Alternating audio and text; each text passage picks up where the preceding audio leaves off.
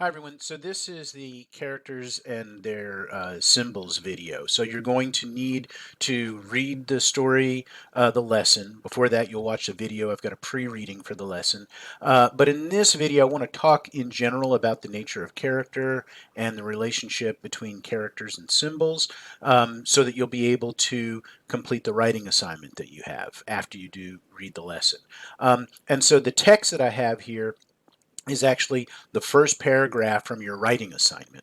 And I just want to go over what this means. So I say in here, a character is a person who appears in a story, play, movie, or TV show. So we know what a character is. Those are the people that are going to be in, again, stories that we read, stories that we watch on television.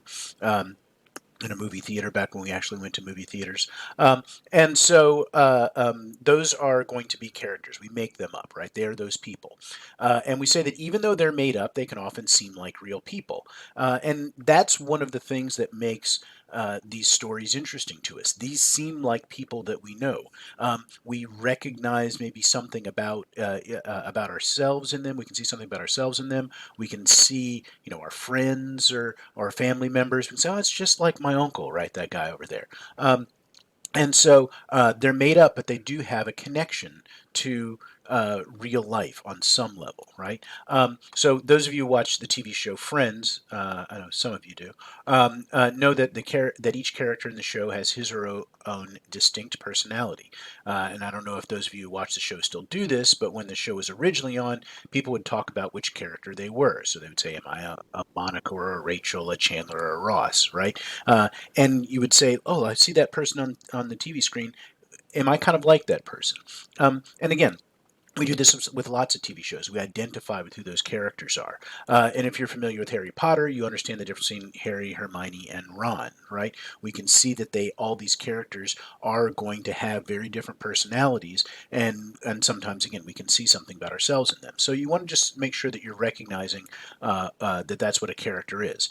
Since characters often feel like real people, we can like or dislike them, feel sorry for them, or be angry with them, just like we feel towards real people. And we can also predict how they might behave, right?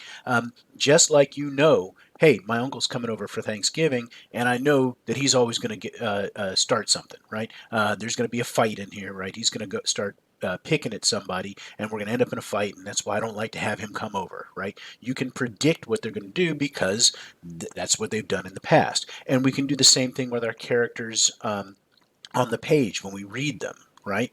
I say, you know how one of your parents or siblings might react when disappointed by something, whether he or she might yell or scream or become quiet or withdrawn. And you know, too, how a character might react. That's part of the fun of watching a TV show or a movie. If we see one character betraying another character who has a bad temper, we get excited thinking about the character with the bad temper is going to react, right? What's going to happen? How's that person going to behave?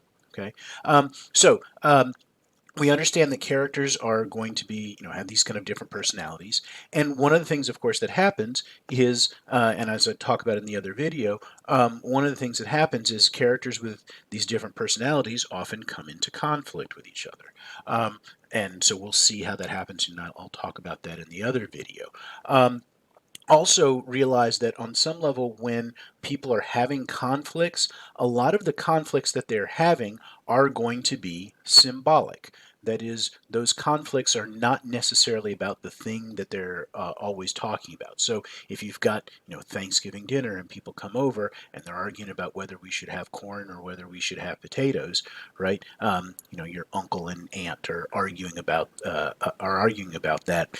They're not really arguing about corn and potatoes, right? If they're 50, 60 years old, they've known each other for a long time. They're arguing about stuff they did when they were kids, right? That's 9, and you were always taking my toys and all that stuff. And now they're still going to be arguing about those kinds of things. And so sometimes the things that we argue about are not really about the thing itself. They're about something deeper. And we can see that, of course, in the Alice Walker story that we read, Everyday Use, where they're going to be arguing about the quilt, right?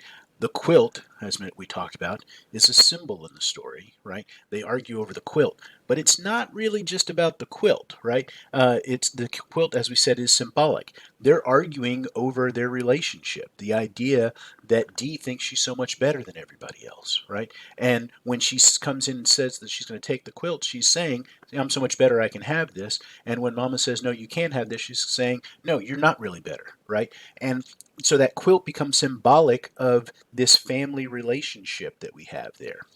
And so keep that in mind. And then think, as we're looking at the lesson and at the other stories that we have in here, that the characters that we have are going to get into conflict over symbols. But again, the thing that they're arguing over is not necessarily the issue. Because the thing that they're arguing over is a symbol, they're actually arguing about something deeper. And part of what we're doing when we're going to be analyzing the stories, we're going to be writing about them, is think about what those symbols are. What are we really talking about when we're talking about those objects that are potentially causing some kind of conflict in the story? So keep all that in mind for as you read the lesson, and then as you go through and look at the other stories in for this week.